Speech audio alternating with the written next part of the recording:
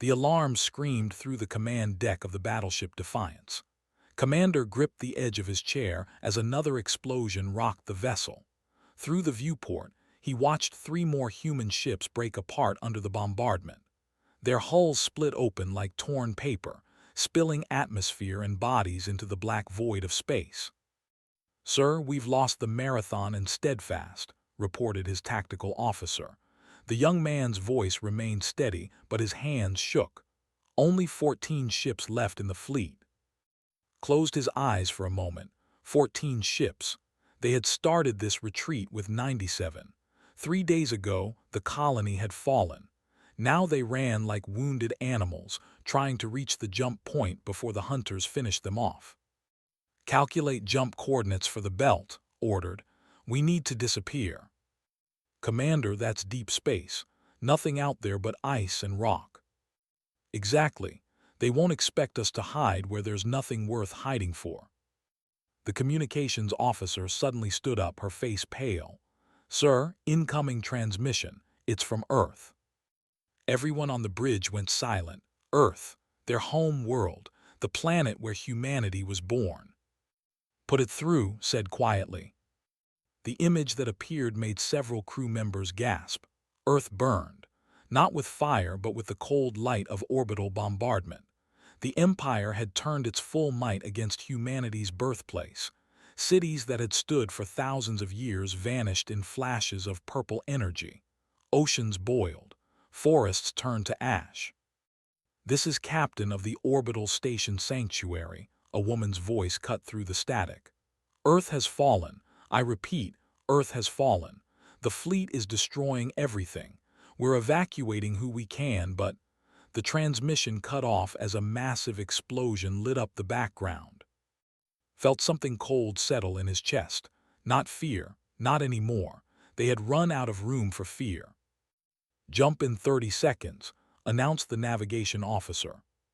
"Sir, should we respond to Captain?" asked the communications officer. "Tell her," paused. What could he say? That help was coming. He had 14 damaged ships against the most powerful empire in the galaxy. Tell her to save who she can. Tell her humanity survives as long as one of us still breathes. The jump drive engaged. Reality twisted, and the Defiance leaped across space, leaving the system behind. On the other side of human space, Captain moved through the chaos of the sanctuary station like a force of nature. The orbital platform shook constantly as fighters strafed its hull. Fires burned in 3 sections. The artificial gravity flickered on and off. "We have room for another 200, shouted her second officer, over the noise. "But we have 3,000 people still waiting at Docking Bay 7. Felt the weight of those numbers. 3,000 lives, 200 spaces. Math had never been. "Pack them in," she said. "Emergency protocols. Forget the weight limits. We'll worry about life support later. Right now, we worry about life." "Captain, they are hailing us. They're demanding our surrender." Looked at the young officer. She was barely 20, fresh from the academy.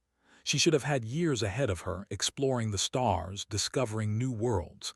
Instead, she stood on a dying station, watching her world burn below. "Tell them we're civilians evacuating," replied. "Tell them we're not a military target." Shook her head. "Captain, they don't care. They haven't cared about any of our civilian stations." Knew that, they believed in total war. No mercy. No distinction between soldier and civilian. When they conquered completely. "Then tell them nothing," said, "and get those people aboard now." Deep in the asteroid belt beyond Mars, a man named Menu floated through the wreckage of the colony ship Perseverance. His suit's helmet lamp cut through the darkness, illuminating twisted metal and frozen bodies. The ship had been carrying 15,000 colonists to a new world. Now it carried only silence. Menu was an engineer, had been for 30 years. He fixed things. He built things. He made broken systems work again. But there was no fixing this. His suit radio crackled. "Menu, we need to go. There's nothing here worth salvaging." "Wait," Menu said. His lamp had caught something. a section of the ship that looked different, older. He pulled himself toward it. The hull plating was thick, primitive even. The kind they used to make back in the 21st century, before humanity learned how to build proper starships. But it had survived when the modern sections had crumpled like aluminum foil. Minyu forced open an access panel. Inside, he found data storage units. Physical drives, not the quantum storage modern ships used. He pulled them free and read the labels. Emergency protocols, last resort, authorization level extinct event. His hand stopped moving. Extinct event protocols. The plans humanity made when they first reached for the stars, when they worried about extinction. Plans made by people who knew what it was like to face the end of everything. Minyu, what did you find? His partner asked over the radio. Minyu stared at the drives in his hands. Inside them were plans, ideas, strategies from humanity's most desperate age. The age when they almost destroyed themselves. The age when they learned how to survive when all hope was gone. I found something from the old days, Minyu said slowly. From the people who knew how to fight when they had already lost. Thousands of light years away, in the great chamber of the Galactic Council, Ambassador stood before the assembled species of known space. 50 different alien races looked down at her from their raised platforms, some with pity, most with indifference. The council speaker, a tall being made of crystalline structures, spoke in a voice that rang like bells. The matter of the human territories will now be decided. The Empire has claimed dominion over all former human space. Does anyone contest this claim? Silence filled the chamber. Felt her heart sink. No one would speak for humanity. Not one species would challenge the. Then let it be recorded, the speaker continued. The age of human expansion is concluded. The territories are awarded to. No, said. Her voice was quiet, but it carried. The speaker tilted its head. Ambassador, your people have fallen. This is merely a formality. We have not fallen, said louder now. We have been attacked. We have been hurt, but we have not fallen. Where is your fleet? Asked a delegate from the collective. Where are your armies? Your worlds burn, Ambassador. Your species is broken. Looked around the chamber. At the aliens who watched her with pity or contempt or satisfaction. They thought it was over. They thought humanity would beg or die quietly. You don't know us, said. You don't know what we are, what we've survived before, what we'll survive now. Pretty words, the speaker said, but the council deals in facts, and the fact is clear. The age of man is over. Turned and walked from the chamber.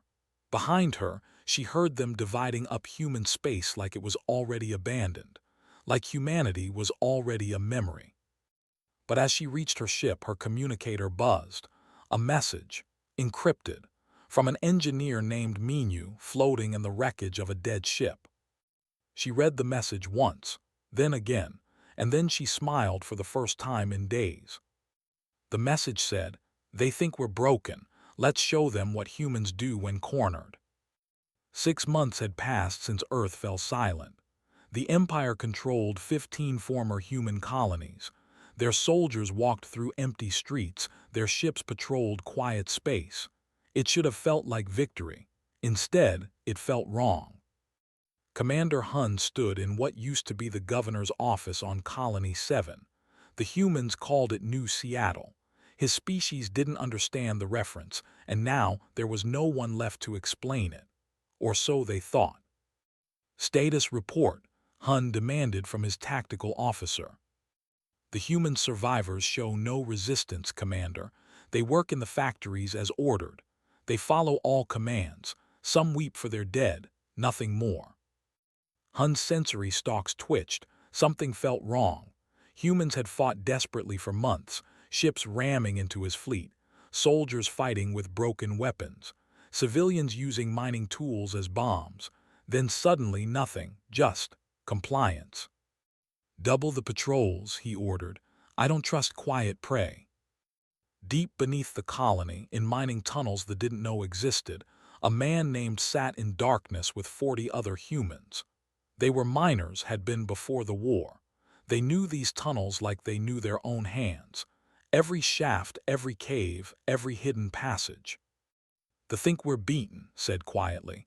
His voice was rough from years of breathing recycled air and rock dust. "They think we'll just work for them and die slowly. They're wrong." He spread out plans on the tunnel floor, detailed drawings of the garrison above them, guard rotations, weak points in their defenses, supply routes. "We can't fight them head-on," said one of the miners, a young woman named. "They have plasma weapons. We have mining lasers." Smiled in the dark. "Mining lasers can cut through rock that's harder than their armor, and we don't need to fight them head-on. We just need to make them scared." "Scared they destroyed Earth," said. "They destroyed cities," corrected. "But they can't destroy an idea. And the idea is this: humans don't surrender, we just wait for the right moment." Far out in the Crab Nebula, the human fleet had become ghosts. 14 ships had grown to 23 as stragglers found their way to the hidden base. The nebula's radiation made sensors useless. They couldn't find them unless they flew directly into the cloud, and no one was that stupid. Walked through the Defiant's engineering bay. The ship no longer looked like a proper military vessel. His crew had welded hull plating over the damaged sections. They had ripped out weapons from destroyed enemy fighters and bolted them onto human hard points. The ship was becoming something new, something the galaxy had never seen before. "Commander, you need to see this," called a voice. Found in her laboratory. She was one of the few who had escaped Earth. Her specialty was alien life forms, understanding how they worked. Now she studied the enemy. "I've been analyzing the communication systems," explained, pulling up holographic displays. "Every ship, every soldier, every base connects to a central command network. They don't make independent decisions. They wait for orders from the top." "Study the data. That seems inefficient." "It is," agreed, "but it's also their strength, perfect coordination, no confusion, no mistakes from individual commanders. But look here." She highlighted a section of the network. "If we could disrupt this central hub even for a few minutes, their entire military would freeze, like cutting the head off a snake."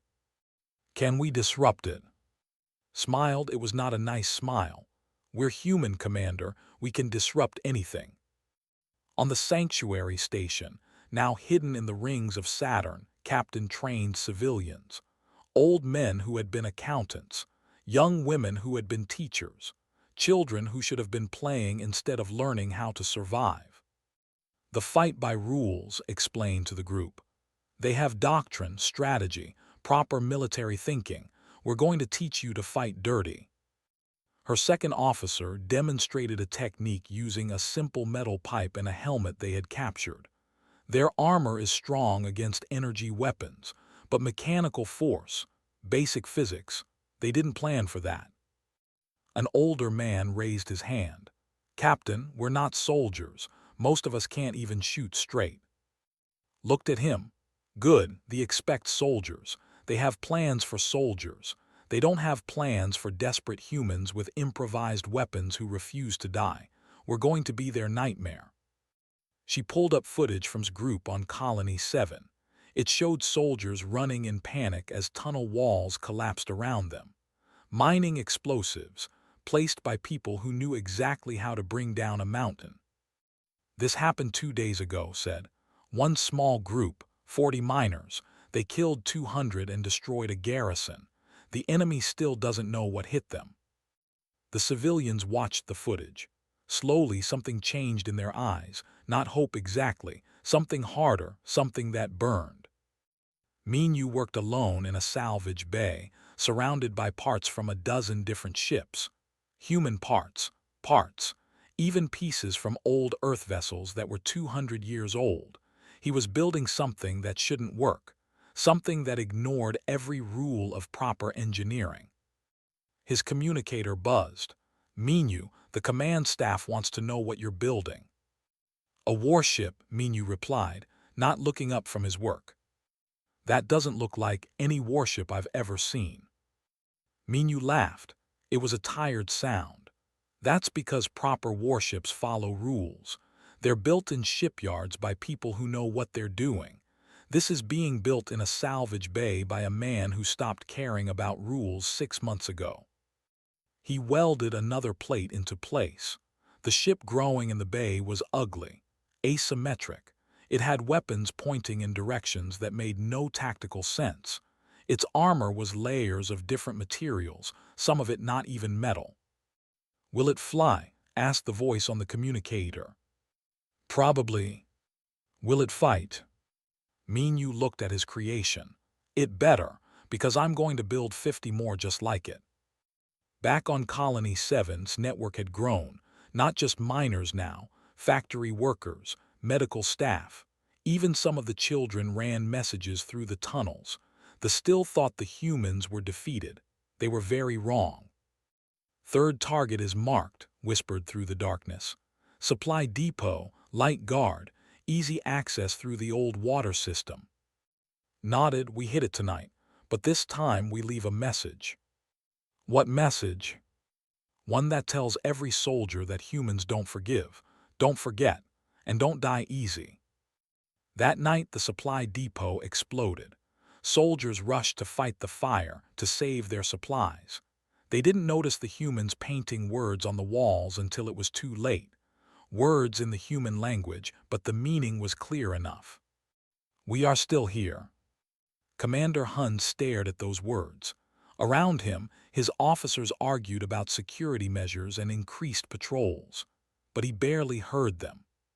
For 6 months the humans had been quiet, obedient, broken.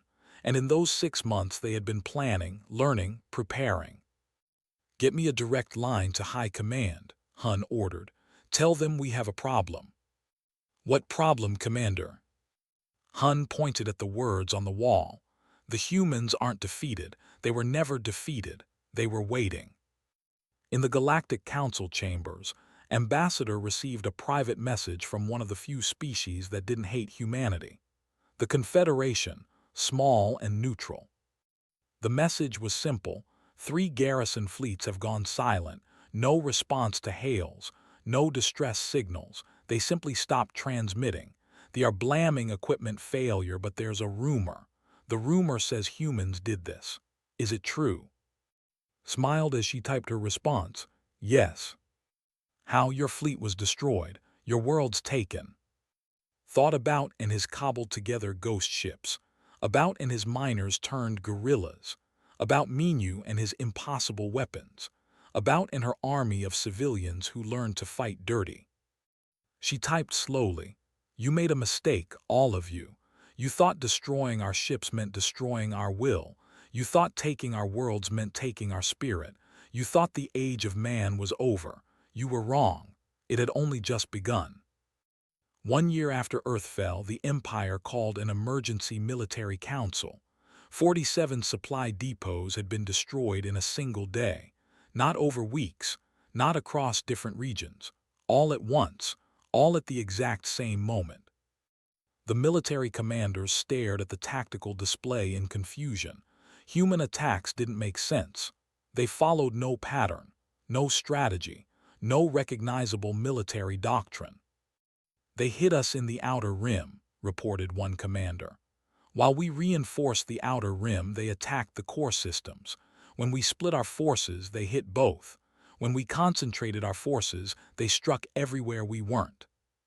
"This is chaos," another commander said. "Not warfare, just chaos." That was exactly the point. In his command center hidden in the asteroid belt, listened to his tactical officer, explained the day's operations. Was young, barely 30, but he thought like no military officer should think. He thought like someone playing a game, making up rules as he went. "The beauty of it," said, grinning, "is that they expect us to act like a military. They have plans for every military strategy ever developed, attack patterns, defense formations, supply chain management. They studied all of it. And we're not following any of it," finished. "Exactly. We're making up new rules, bad rules, rules that shouldn't work, but they do work because the enemy doesn't have a counter-strategy for insanity. Looked at the displays showing their fleet. Minyu's improvised warships had joined the original vessels. They were ugly things built from scrap and desperation, but they moved in ways proper warships couldn't. They turned too fast, accelerated too hard. They ignored every safety protocol and engineering standard. "Show me today's plan," ordered. Pulled up a hologram. "We're going to attack their dreadnought in the system." "Their dreadnought? With what? We don't have weapons that can damage something that size." His grin widened. "Who said anything about weapons? We're going to hit it with a rock." "A rock?" "A big rock, about 3 kilometers wide. We hollowed out an asteroid, put engines in it, and we're going to ram it into their dreadnought at .3 light speed." Stared at him. This was insane, wasteful, tactically ridiculous. "Do it," he said. On Colony 7, its network had grown from 40 miners to over 3,000 resistance fighters. They struck from the tunnels, from the buildings, from hiding places the never knew existed. They used weapons that shouldn't work, cutting lasers meant for rocks. Industrial equipment turned into bombs. Even simple metal pipes became deadly in the right hands. But the fighting was only part of it. A man named had joined group 3 months ago. Before the war, designed games, virtual worlds where people played and pretended to be heroes. Now he created something different, a game that couldn't escape. "I've hacked into their communication network," explained Tu. "Every soldier, every officer, every ship receives messages from high command. Now they'll receive messages from me." "Saying what?" Smiled, "Saying whatever scares them most." That night, every soldier on Colony 7 received a message that appeared to come from their high command. It told them that their fleet was pulling out, that they were being abandoned, that humans were coming to kill them all. None of it was true, but the soldiers didn't know that. Panic spread through the garrison. Officers tried to verify the orders, but had learned their verification codes. Every check came back as authentic. The soldiers began to evacuate, fighting each other for spots on the transport ships. Fighters watched from the tunnels as they tore themselves apart. Not one human fired a shot. They didn't need to. "This is better than explosives," said, watching the chaos. "Fear always is," replied. "They can replace soldiers, they can replace equipment, but they can't replace trust once it's broken." In her laboratory on the Sanctuary Station, worked on something that would have horrified her younger self. Before the war, she studied alien life to understand it, to appreciate the beautiful diversity of the galaxy. Now she studied alien life to find ways to kill it. They had biological filters in their armor, air processors that kept them safe from toxins and diseases. Had spent 6 months analyzing those filters, finding their limits, their weaknesses. "Will it work?" asked, standing in the doorway. Held up a small vial. Inside was a liquid that looked like water. "This pathogen is specifically designed for biology. It won't affect humans or any other species. But to them," she paused, "it will make breathing agony. It won't kill them, but they'll wish it would." "That's cruel," said quietly. "Yes," met her eyes. "Yes, it is. They made us cruel. They taught us cruelty when they burned our world, when they killed our children, when they told the galaxy that the age of man was over." Nodded slowly. "Release it on the next occupied colony. Let them know what human cruelty feels like." The attack on the dreadnought in the system became legendary. The warship was 6 kilometers long, crewed by 20,000 soldiers, armed with enough weapons to level a planet. It was designed to be unstoppable. Watched from the Defiance as his makeshift fleet lured the dreadnought into position. The thought they were winning. They pursued the small human ships, eager to finish them off. They didn't see the asteroid until it was too late. 3 kilometers of rock and ice moving at .3 light speed hit the dreadnought's port side. The impact didn't destroy the ship immediately. It did something worse. It sent the dreadnought spinning into the system's star. The crew had 30 minutes to evacuate. Most of them made it off. They lived to tell the story. That was the point. Wanted survivors. He wanted them to go back and tell their people what humans could do. "That's the third dreadnought we've destroyed," reported, almost laughing. "They're going to run out soon." "Good," said. "Let them run out. Let them know that fighting humans means losing everything." The Galactic Council watched all of this with growing horror. The humans were supposed to be defeated, extinct, gone. Instead, they fought like demons from ancient stories. They used weapons that shouldn't work, tactics that violated every military principle. They seemed to appear from nowhere, strike, and vanish like ghosts. Ambassador addressed the council again. She stood where she had stood a year ago when they declared the Age of Man over. But she didn't look defeated anymore. She looked dangerous. "I'm here to update you on human military operations," said calmly. "In the past month, we have destroyed 12 garrison fleets. We have liberated 8 occupied colonies. We have disabled their central command hub twice. Their supply lines are in chaos. Their soldiers are terrified. Their empire is crumbling." The council speaker made a sound like grinding glass. "This is impossible. We saw your fleet destroyed. Your worlds burned." "You saw one fleet destroyed," corrected. "You saw our worlds damaged, but you didn't see us give up. You didn't see us learning, adapting, becoming something new." "This is not warfare," protested a delegate from the collective. "This is terrorism, chaos. You fight without honor." His expression turned cold. "Honor? You speak of honor. You sat here and watched them burn our world.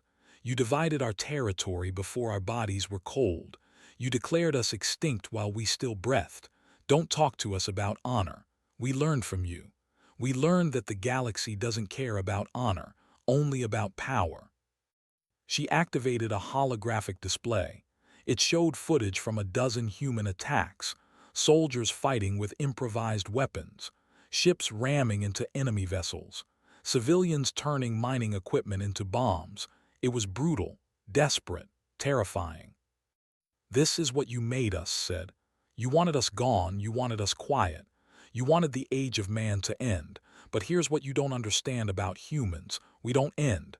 We adapt. We survive. We learn. And we never ever forgive." The council sat in silence as the footage played. They saw soldiers running from miners with cutting torches. They saw massive warships destroyed by rocks and scrap. They saw entire garrisons evacuating in panic from threats that didn't exist. "They fight like animals," someone whispered. "No," corrected another voice. "Animals fight for territory, for mates, for food. Humans fight for something different. They fight because they refuse to be erased." On Colony 7 stood in the central square where soldiers had marched just days before. Now humans filled the streets. Not soldiers, not warriors, just people who had decided they wouldn't die quietly. "We won?" asked, still hardly believing it. "We survived," corrected. "Winning comes later. Right now we've shown them that humans can't be conquered, can't be broken, can't be ended." He looked up at the sky where somewhere fleet hunted the enemy, where Minu built impossible ships, where created weapons from biology itself, where played with the enemy's minds. "They thought the Age of Man was over," said quietly. "They were wrong. They just didn't know what the Age of Man really means. It means we don't surrender, we don't quit, and we don't die easy." 18 months after Earth burned, the Mars orbital habitats were free again. Captain stood on the observation deck and watched her people return to their homes. Not all of them. So many had died, but enough survived to remember, to rebuild, to carry on. "Captain, we're receiving a transmission from the High Command," reported. "They're requesting a ceasefire." Turned away from the viewport. "A ceasefire." "Yes, ma'am, they want to negotiate. They're offering to return all occupied territories, full reparations. They want peace." Thought about the past 18 months, the desperate fighting, the improvised weapons, the civilians she had trained to fight because there was no one else. She thought about Earth, still and burning in places, about the millions who would never come home. "Tell them no," said Captain. "Tell them we don't negotiate with people who tried to make us extinct. We'll talk when we're standing on their home world with our boot on their throat." Hesitated. That's not very diplomatic." "I'm not a diplomat. I'm a soldier who was supposed to die a year and a half ago. Send the message." In the command center of the Defiance received the same ceasefire offer. His response was different, but the meaning was the same. "No." "Sir, maybe we should consider it," suggested one of his officers. "We've achieved our primary objectives. The colonies are being liberated. Our people are safe. Why continue fighting?" Pulled up a holographic image of Earth. The planet still bore the scars of the bombardment, oceans filled with ash, continents marked with craters, cities reduced to glass and rubble. "Because they need to understand," said quietly. "Every species in this galaxy needs to understand what happens when you try to end humanity. If we accept their surrender now, they'll rebuild.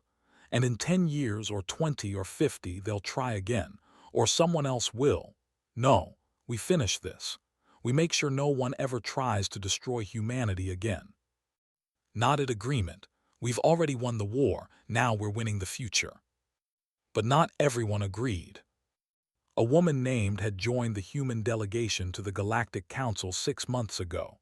She was young, only 25, but she had a gift for understanding people, for seeing connections, for finding paths through impossible situations. She sent a private message to, "Commander, I understand your anger, but think about what you're teaching the galaxy. If we become the thing we hate, if we become conquerors, we've lost something essential. We've lost what makes us human." Read the message 3 times before responding. "We lost what makes us human when they burned our world. We're just teaching them the lesson they taught us." Wasn't satisfied with that answer. She began reaching out quietly to officers who were horrified by what their empire had done. There were more than she expected. Soldiers who had seen humans fight with broken weapons and wondered why they couldn't just surrender. Officers who questioned orders. Even a few commanders who thought their high command had made a terrible mistake. One of them, an officer named, agreed to meet her secretly. "Your people should be extinct," said, not with malice but with genuine confusion. "We destroyed your fleet, your worlds, your infrastructure. By every military analysis, you should have surrendered or died." "Humans don't do what they should do," replied. "We do what we have to do, and right now we have to make sure no one ever tries to destroy us again." "So you'll destroy us instead?" "Maybe, unless you give us a reason not to."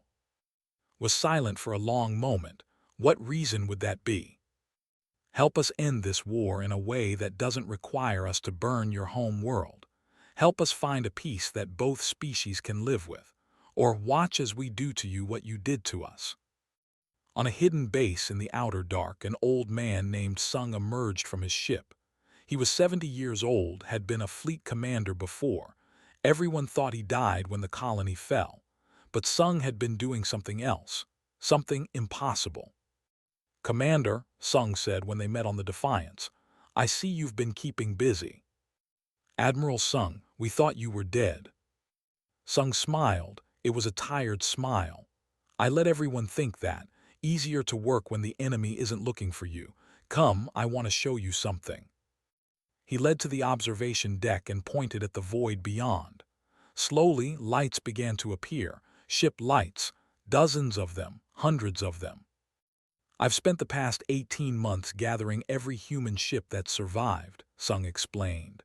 "Cargo haulers, colony ships, mining vessels, even a few old warships we thought were scrapped. None of them are military grade. None of them are supposed to fight, but with some modifications." He smiled wider. "They'll do." Stared at the fleet. It was massive, larger than any human fleet he'd ever seen. How many? 347 ships, crewed by anyone who could hold a wrench or fire a gun. Most of them are civilians. They all volunteered. They all want the same thing you want, to make sure humanity never has to run again. The combined human fleet gathered at the edge of space, not hiding anymore, not running. They broadcast their position openly, daring the enemy to come. Worked his magic on their communication networks.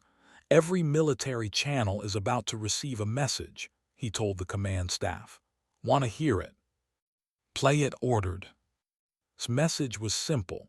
Just one line, broadcast to every enemy ship, every base, every soldier. We're coming, and we're not stopping until you understand what you did wrong. The psychological impact was immediate. Fleets pulled back from occupied territories. Garrisons evacuated. Entire sectors went on high alert. The humans hadn't even attacked yet, and the enemy was already running. Fear is winning battles for us now, observed. We've become the thing they're most afraid of. Good, said. Let them be afraid. They made us afraid for 18 months. Now it's their turn. But Captain wasn't satisfied with just fear. In the liberated Mars habitats, she gathered her civilian fighters, the people she had trained to fight with improvised weapons and desperate tactics. We're going on the offensive, announced. Real attacks, real battles, not just defense anymore. We're going to take the fight to them. An older man raised his hand. Captain, we're not soldiers. We were teachers, farmers, engineers. We fought because we had no choice, but now we have professional military returning. Maybe we should let them handle the rest. Looked at him. You want to go home, I understand, but here's the thing. They need to see that every human is a threat, not just soldiers, not just warriors, every single one of us. Man, woman, child, young, old, professional or amateur. They need to understand that attacking humanity means fighting 300 billion people who will never stop, never surrender, never forgive. The room was silent.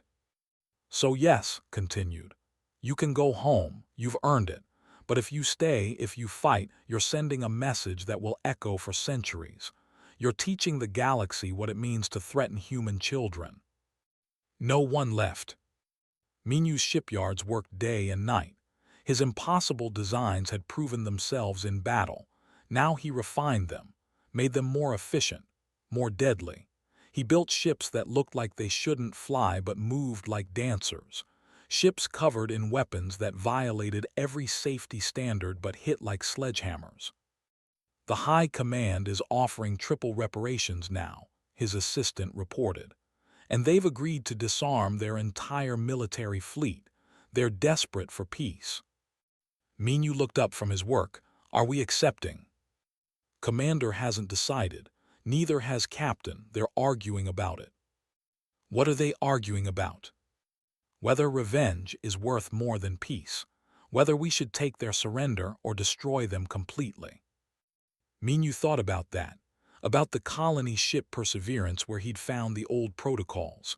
About the 15,000 people who died there. About his own family, lost when Earth burned.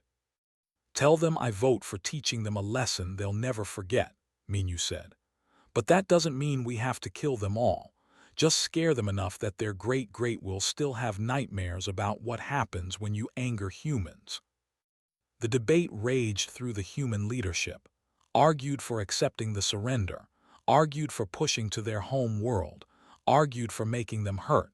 Leading the resistance fighters argued for total victory. Sung argued for strategic thinking. Finally spoke the who had weaponized biology itself.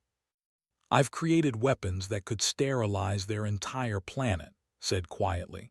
Pathogens that would make their world uninhabitable for their species but leave it perfect for humans. I could release them tomorrow. I've had that capability for 6 months. Everyone stared at her. But I haven't, continued. Because if we do that, we become exactly what they tried to make us, extinct. Not physically, but spiritually. We become the monsters, and then humanity really does end, just not in the way they expected. So what do you suggest? Asked. Looked at each of them. We go to their home world. We stand in their capital. We let them see our ships in their sky. We let them feel what we felt. And then when they're on their knees, when they understand what they did, we show them mercy. Not because they deserve it, because we're better than they are. Because humanity doesn't end species. We survive them. The room fell silent. Finally spoke up. I can broadcast our fleet position right now, to every species in the galaxy. Let them watch what happens next. Let them see whether humans become conquerors or remain human. Looked around at his people, at with her civilian army, at Minu with his impossible ships, at with his resistance fighters, at with her terrible weapons, at with her hope for peace, at Sung with his hidden fleet. Broadcast it, ordered. Let the galaxy watch. Let them see what the age of man really means. 2 years after Earth fell, the human fleet arrived at the home world. 347 ships filled their sky like a swarm of angry insects. Every species in the galaxy watched through the broadcast had sent. This was the moment everyone had been waiting for. Would humans become conquerors, or would they remain human? Commander stood on the bridge of the Defiance and looked down at the planet below. It was beautiful. Blue oceans, green continents, cities that sparkled in the sunlight. Everything Earth had been before the bombardment. Sir, the planetary defense grid is still active, reported. They could fight. But they won't, said. They're too scared, and they should be. Captain commanded the landing forces. 3,000 fighters, most of them civilians who had learned to fight in tunnels and ruins. They descended toward the capital city not as conquerors, but as a reminder of what they had tried to destroy. On the ground led his team through the streets of the capital.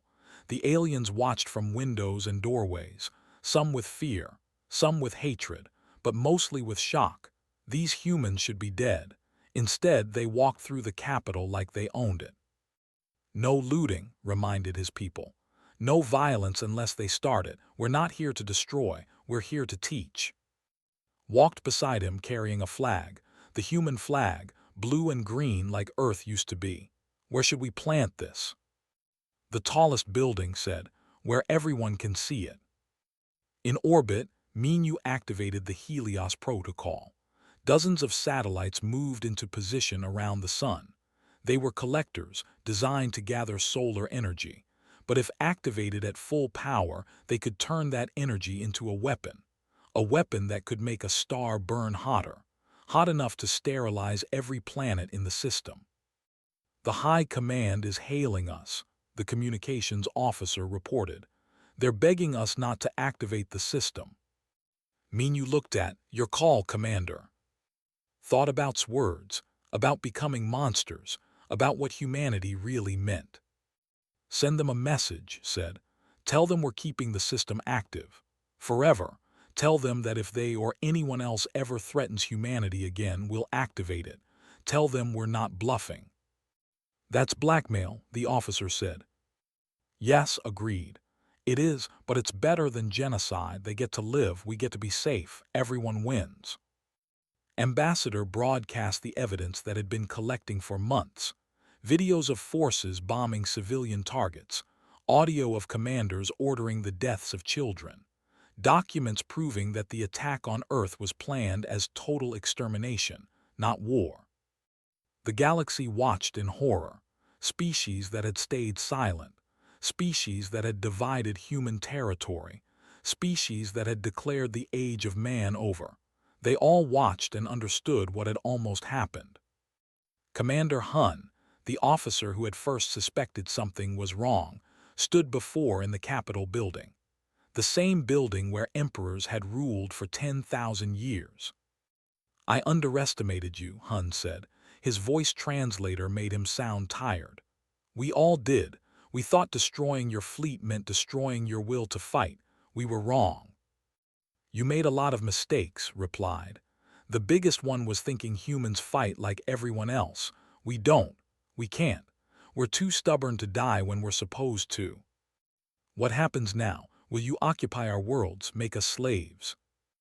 Looked out the window at the Capitol, at the human flag flying above the tallest building, at fighters walking the streets, at the alien civilians watching in fear and confusion. "No," said finally. "We're not conquerors, we're survivors. You're going to disarm your military. You're going to pay reparations. You're going to help rebuild Earth. And you're going to remember for the rest of your species' existence what happens when you try to make humans extinct. That's all. That's all. But if you ever threaten us again, if anyone threatens us again, we won't show mercy a second time. We've proven we can survive your worst. Now you have to survive knowing we could end you but chose not to." The Empire capitulated 14 hours after the human fleet arrived. No shots were fired. No battles fought. They simply surrendered because they finally understood what they were facing. 10 days later, the Galactic Council met in emergency session. Every species attended. Every delegate watched as Ambassador stood before them once again. "2 years ago you stood here and declared the age of man over," said. Her voice was calm, but it carried power. "You divided our territory. You watched our world burn. You did nothing while we fought for survival. Some of you even helped our enemies." The council chamber was silent. "Today I stand before you not to ask for justice, not to demand reparations from those who abandoned us. I stand here to tell you that humanity has earned our place in this galaxy, not through diplomacy, not through trade, through blood, through sacrifice, through refusing to die when everyone expected us to." She activated a holographic display.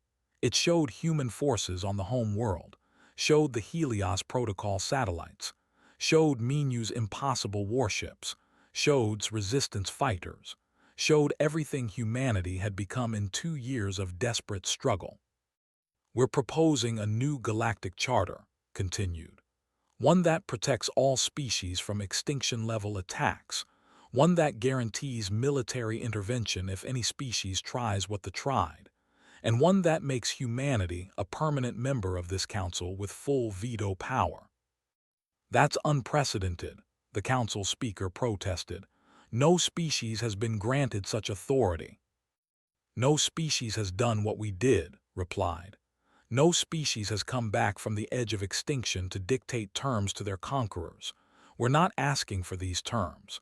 We're telling you this is how it will be. Because if it's not, we'll simply leave this council and make our own rules.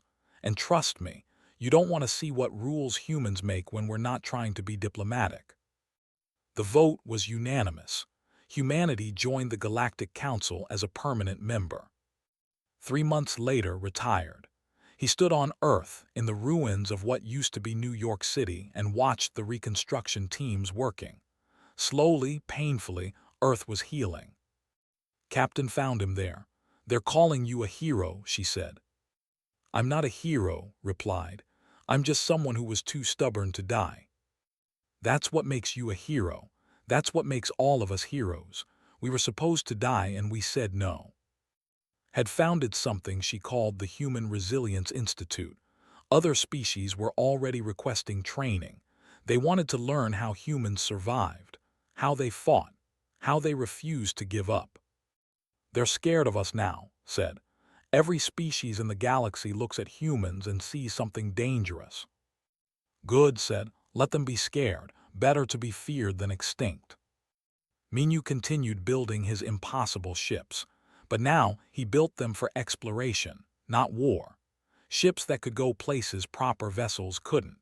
Ships that ignored the rules and found new worlds because they were too stubborn to accept that some places were unreachable. Returned to mining, but he trained others in resistance tactics. Dozens of species sent representatives to learn from him how to fight when outmatched, how to win when losing, how to survive when survival seemed impossible. Destroyed her biological weapons, all of them. She kept the knowledge, kept the formulas, but the actual weapons were gone. "Just because we can doesn't mean we should," she explained. "We proved we're dangerous. Now we prove we're wise." Became humanity's chief diplomat for digital relations. He taught other species about information warfare, cyber defense, and psychological operations. But he also taught them about human culture, about why humans fought the way they did, about what it meant to be human. Became the youngest ambassador in human history. She negotiated treaties, built alliances, and worked to ensure that what happened to humanity never happened to anyone else. She still maintained contact with the officer who had helped end the war. Together, they wrote a new doctrine for galactic military engagement, rules that would protect everyone. 10 years after Earth fell, Ambassador stood before the Galactic Council one final time before her retirement. She was older now, tired from years of negotiation and diplomacy, but she stood straight and proud. "When I first came to this council, I came begging for help," said. "No one helped. When I came back during the war, I came with anger and threats. Today, I come with something different, hope." She gestured to the council chamber, now filled with new voices. Species that had been silent before now spoke. Alliances that didn't exist 2 years ago were now strong. The galaxy had changed. They tried to end the age of man, continued. Instead, they started the age of accountability, the age of protection, the age where species stand together instead of watching each other fall. They thought they were ending us. Instead, they taught the galaxy a lesson about what happens when you push humans too far, about what survivors can do when they refuse to die. She looked around the chamber at all the species represented there. Some of them had helped humanity, some had hindered, most had done nothing, but all of them understood now. "You declared the age of man over," said softly. "You were right. The age of man being prey, being victims, being the ones who beg for help, that age is over. The age of humanity taking our place among the stars, of being respected and feared and valued, that age has just begun."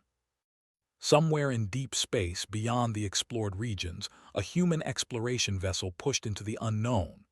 The crew was mixed, survivors from Earth, veterans from the war, civilians who wanted to see what was out there. They carried weapons, yes, and they knew how to fight, but they also carried hope, curiosity, the human drive to see what's beyond the next star. The captain, a young woman who had been a child when Earth fell, looked at the star charts and smiled. "Let's see what's out there," she said. "What if we find something dangerous?" her first officer asked. The captain's smile widened. "Then it'll learn the same lesson everyone else did. Humans don't quit, humans don't surrender, and humans don't die easy." The ship jumped into the unknown, carrying with it the promise of humanity. They had survived extinction. They had faced their worst nightmare and won. They had proven that the age of man wasn't over. It had only just begun.